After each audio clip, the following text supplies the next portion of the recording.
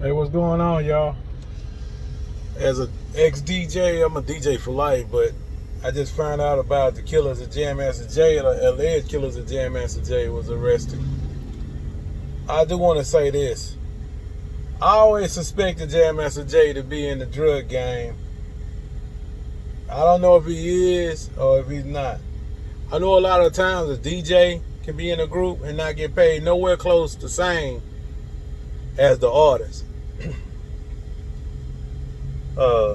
DJ might make a couple of $1,000s while the artist make hundreds of thousands. He might make 10, 15.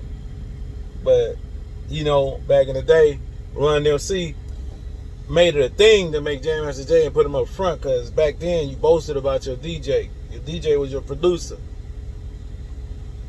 But Jam Master Jay was a big element of hip-hop, man. He was a big element in hip-hop, a big part of hip-hop. The crazy thing is, if you look in the rap game, you can pretty much say that every rap career has some drug and street money behind it. And that doesn't rule out Run DMC. Run DMC was from Hollis, Queens. All the cats that hustle in Hollis, Queens, that was the big drug runners, was the Spring Team in Queens.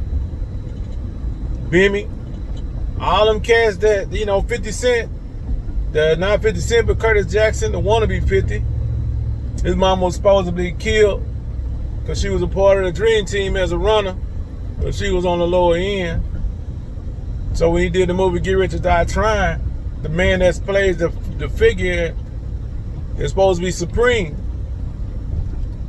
And he a little boy trying to figure out, growing up to want to be a rapper, who killed my mama? And he wanted to know if the figure that was in the movie was supposed to be his daddy, which was supposed to be Supreme. A lot of y'all that went over your head. One of 50 first albums, he made a song called Ghetto Quran. Basically, dry snitching out everybody on the Supreme Team. Talking about Prince being the killer, so on and so forth. Supreme was connected to a lot of people. He was connected to Jay Prince and a lot of other people. A lot of underground kings that deal with each other and whatnot. It's all common knowledge. Jay Prince and Supreme and Suge Knight were getting ready to put a deal together for distribution. Jay Prince long got out the game, but he still had his connection and mob ties, as he still do today. So when he say mob tie, he ain't just talking it. A man very well connected, senator, so on and so forth, but this ain't about that. Kenneth Supreme McGriff did a long bid in prison, got out, and McGriff was the one who, the beef between Ja Rule and Irv Gotti and 50 Cent, the rapper, is all because of their ties and funding by Kenneth Supreme McGriff. When they killed Murder Inc., the feds came running down on Murder Inc. at the same time they came running down on Rap-A-Lot. They came running down on Death Row. That's why Death Row had to change his name to The Row. Rap-A-Lot had to change his name. A lot of labels was changing their name. Even if you're watching the No Limit Chronicles, you'll see Master P had to create the new No Limit. So all labels that had any kind of anything hanging over them underground had to change their name, because the business was changing and they were looking for drug ties, mob ties, underground, anything wrong. They were looking for that stuff. You see, No Limit became the new No Limit. Murder Inc. became the Inc. Everybody took everything gangsta out of their name because they were being indicted. That's why Ashanti left the label. She left the label because she was pretty much left out. Her and Lloyd.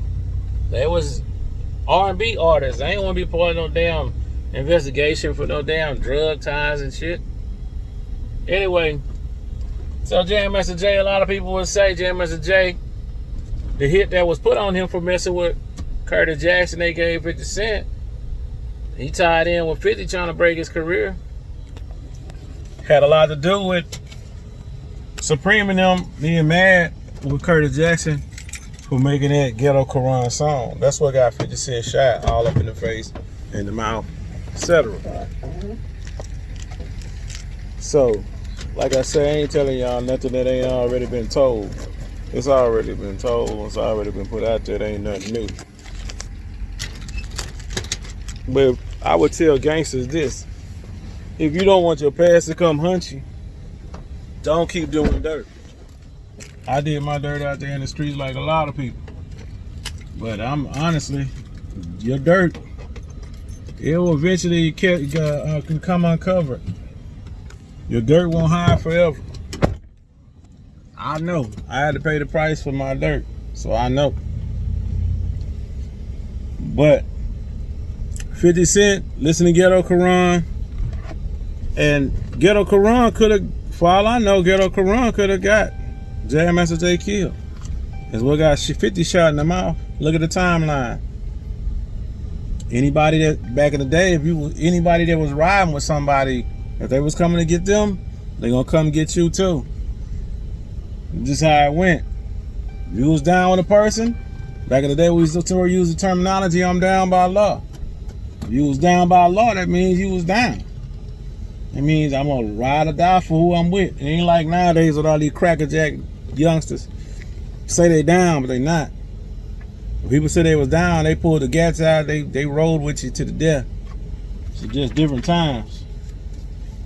Anyway, that's pretty much that. Well, look that up. 50 Cent, Ghetto Quran. Look that up and you'll see exactly what I'm talking about. It's a song that he talks about Bimmy, Prince, you know what I'm saying? Supreme. Talk about everything. Peace.